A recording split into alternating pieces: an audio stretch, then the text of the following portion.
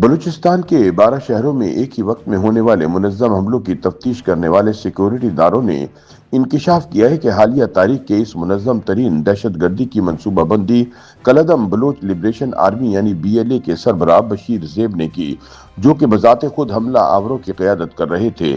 ذرائع کے مطابق مختلف CCTV فوٹیجز سے پتہ چلا ہے کہ بشیر زیب نہ صرف ان کارروائیوں کے ماسٹر مائنڈ تھے بلکہ حملہ کرنے والے دہشت گردوں کی براہ راست قیادت بھی انہی کے ہاتھ میں تھی۔ یاد رہے کہ 31 جنوری کو بلوچستان لبریشن آرمی کی جانب سے کوئٹہ، مستونگ، قلات، نوشکی، خاران، دلبدین، تربت، تپت، گوادر اور پسنی جیسے شہروں میں سرکاری اور سیکورٹی تنصیبات کو نشانہ بنایا گیا تھا۔ صوبائی حکومت کے مطابق ان حملوں میں 48 افراد بشمول 31 شہری اور 17 سیکورٹی اہلکار شہید ہوئے، جبکہ جوابی کارروائیوں میں 145 شدت پسندوں کو مارنے کا دعویٰ کیا گیا ہے۔ تاہم بتایا جاتا ہے کہ بلوچ دہشت گردوں کے ہاتھوں مارے جانے والے شہریوں اور سیکورٹی فورسز کے اہلکاروں کی تعداد 200 سے زائد ہے۔ حملوں سے قبل BLA کی جاری کردہ ایک ویڈیو نے بھی سیکورٹی اداروں کی توجہ حاصل کی، جس میں ایک نامعلوم اور غیر آباد مقام پر موٹر سائیکلوں پر سوار 6 مسلح افراد دکھائی دیتے ہیں۔ ان میں سے صرف ایک شخص کا چہرہ نمایاں تھا، جسے کہ بشیر زیب بتایا گیا ہے، اور یہ دعویٰ کیا گیا کہ وہ خود ان حملوں میں شریک رہے۔ اگرچہ BLA نے ویڈیو کے مقام کی وضاحت نہیں کی، تاہم وزیر اعلیٰ بلوچستان میر سرفراز بگٹی نے دعویٰ کیا ہے کہ یہ ویڈیو افغانستان میں ریکارڈ کی گئی۔ سیکورٹی حکام کے مطابق یہ ویڈیو نفسیاتی دباؤ اور طاقت کے اظہار کی ایک منظم کوشش تھی۔ یہ پہلا موقع نہیں کہ بشیر زیب کا نام ریاستی اداروں کے نوٹس میں آیا ہو۔ نومبر 2018 میں کراچی میں چینی قونصل خانے پر حملے سے لے کر Karachi stock exchange, Karachi university میں چینی اساتذہ پر خودکش حملے اور کراچی ایئرپورٹ کے قریب چینی انجینئرز کے قافلے پر حملوں کی منصوبہ بندی تک، بشیر زیب ان سب واقعات میں حکومت پاکستان کو مطلوب ہیں اور انہیں مفروض قرار دیا جا چکا ہے۔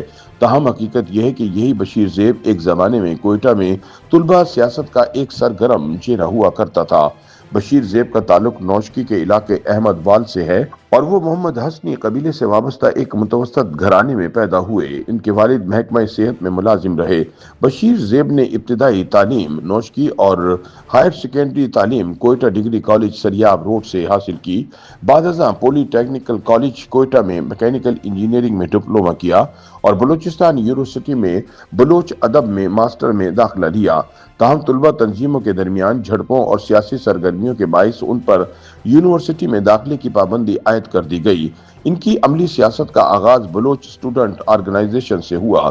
وہ 2006 سے 2012 تک BSO کے چیئرمین رہے۔ BSO کی بنیاد ڈاکٹر اللہ نذر بلوچ نے رکھی تھی، جو بعد ازاں بلوچ لبریشن فرنٹ کے سربراہ بنے۔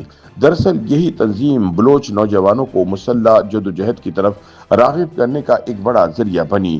اگرچہ بشیر زیب کے دور میں BSO آزاد پر پابندی نہیں تھی، لیکن وہ تب بھی پاکستان مخالف لٹریچر تقسیم کرتے اور احتجاجی ریلیوں میں ریاستی پالیسیوں پر سخت تنقید کرتے نظر آتے تھے۔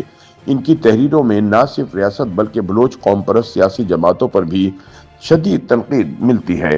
2014 میں شائع ہونے والی اپنی تحریر میں بشیر زیب نے اعتراف کیا کہ وہ ڈاکٹر اللہ نذر کے نظریات سے متاثر ہو کر مسلح جدوجہد کی طرف مائل ہوئے۔